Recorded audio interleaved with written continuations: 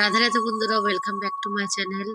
তোমরা সকলে কেমন আছো? আশা করি খুব ভালো আছো, আর আমিও ভালো আছি। তো আজকে দেখো, আজকে আমার দিনটা খুবই ব্যস্ততার সহিত গেছে।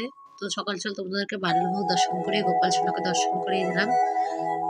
আর এই দেখো, ডাইরেক্ট কিন্তু আমি চলে এসেছি ভাগবত সপ্তাহে।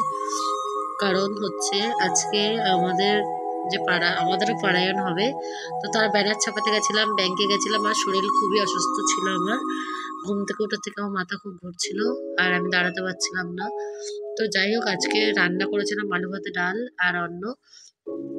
কিন্তু সেটাও তোমাদেরকে যে দেখাবো সেইটুকুনি সময়ও আমার হয়নি।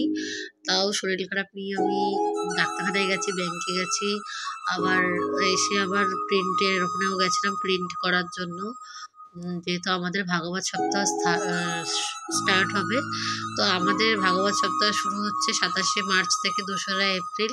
তো তোমরা সকলেই আমন্ত্রিত, সকলেই অবশ্যই এসো। তোমাদের সকলকে স্বাগতম। আর আজকে খুবই দুঃখিত যে তোমাদেরকে আমি গোপালের ভোগ দর্শন করাতে পারলাম না। তো তোমরা সকলে আমায় ক্ষমা করো। আর কালকে অবশ্যই দেখাবো, চিন্তা করো না। আরে দেখো, আজকে শাস্ত্রীজিকে একেবারে ডাইরেক্ট চলে এসেছি এখানে। শাস্ত্রীজিকে মালা অর্পণ করলাম শাস্ত্রীজিকে। তো আজকে কৃষ্ণ জন্মোৎসব, তাই সকলেই হলুদ কালারের বস্ত্র পরে এসছে। তো উনি বলেই দিয়েছিলেন আগের দিন পাঠে। তো আমরাও সবাই কিন্তু হলুদ বস্ত্র পরে এসেছি।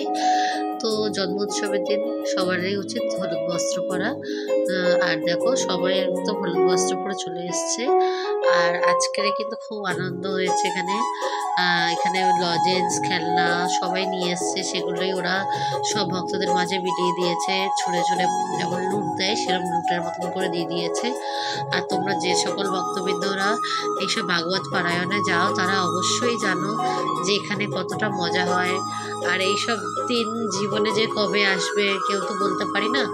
তো দেখতে দেখতে 4 দিন কিন্তু হয়ে গেল।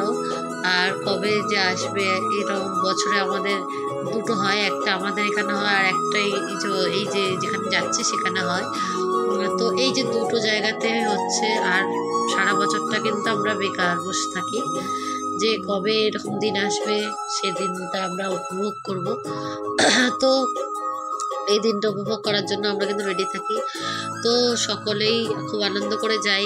তার মধ্যেও যদি শরীর খারাপ হয়ে যায় কতটা কষ্ট লাগে বলো। যদি না যেতে পারি মনটাও খারাপ হয়ে যায়। তাই খুব দুঃখ লাগে যদি এরকম অবস্থা হয় যে ঠাকুর যদি দেখে যে আমরা যাই কি না। তবুও আমি শরীর খারাপ নিয়েও কিন্তু এখানে চলে এসেছি। তো না আসলে হয়তো আমার শরীর খারাপটা আরও বেশি হতো।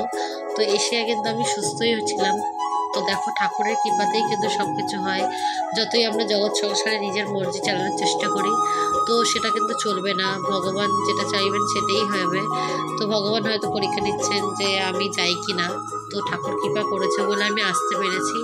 আমার নিজের গায়ের কিন্তু অতটা শক্তি নেই যে আমি আসবো। তো সব কিছু ঠাকুরের ইচ্ছা, ঠাকুরের কৃপা। তো ওআরএস নিয়ে এসছে আমার মা।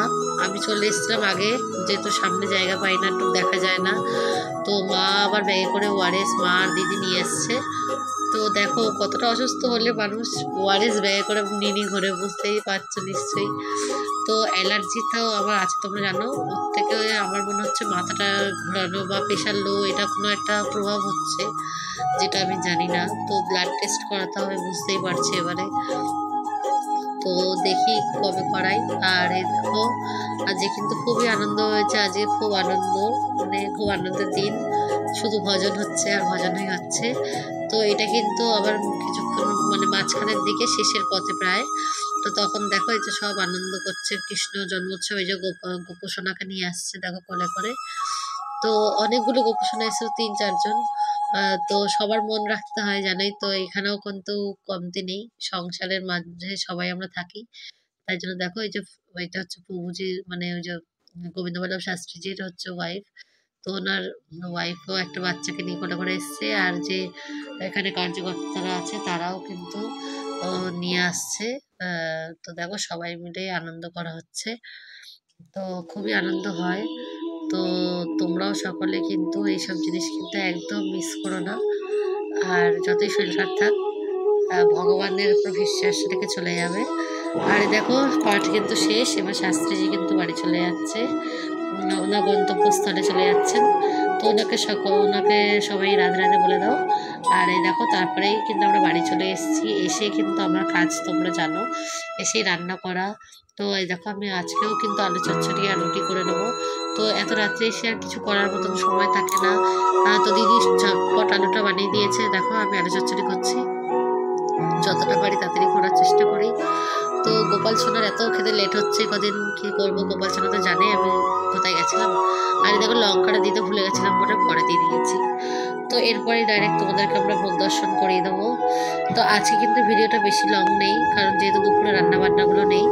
তো তোমরা সকলে আমাকে আশীর্বাদ করো আমি যেন 7 দিনে ভাগবত সপ্তাহটা শুনতে পারি। আর এই দেখো গোপাল সোনাকে ভোগ দর্শন করে নাও, আর গোপাল সোনারও দর্শন করে নাও। আর তোমরা সকলেই ভালো থেকো।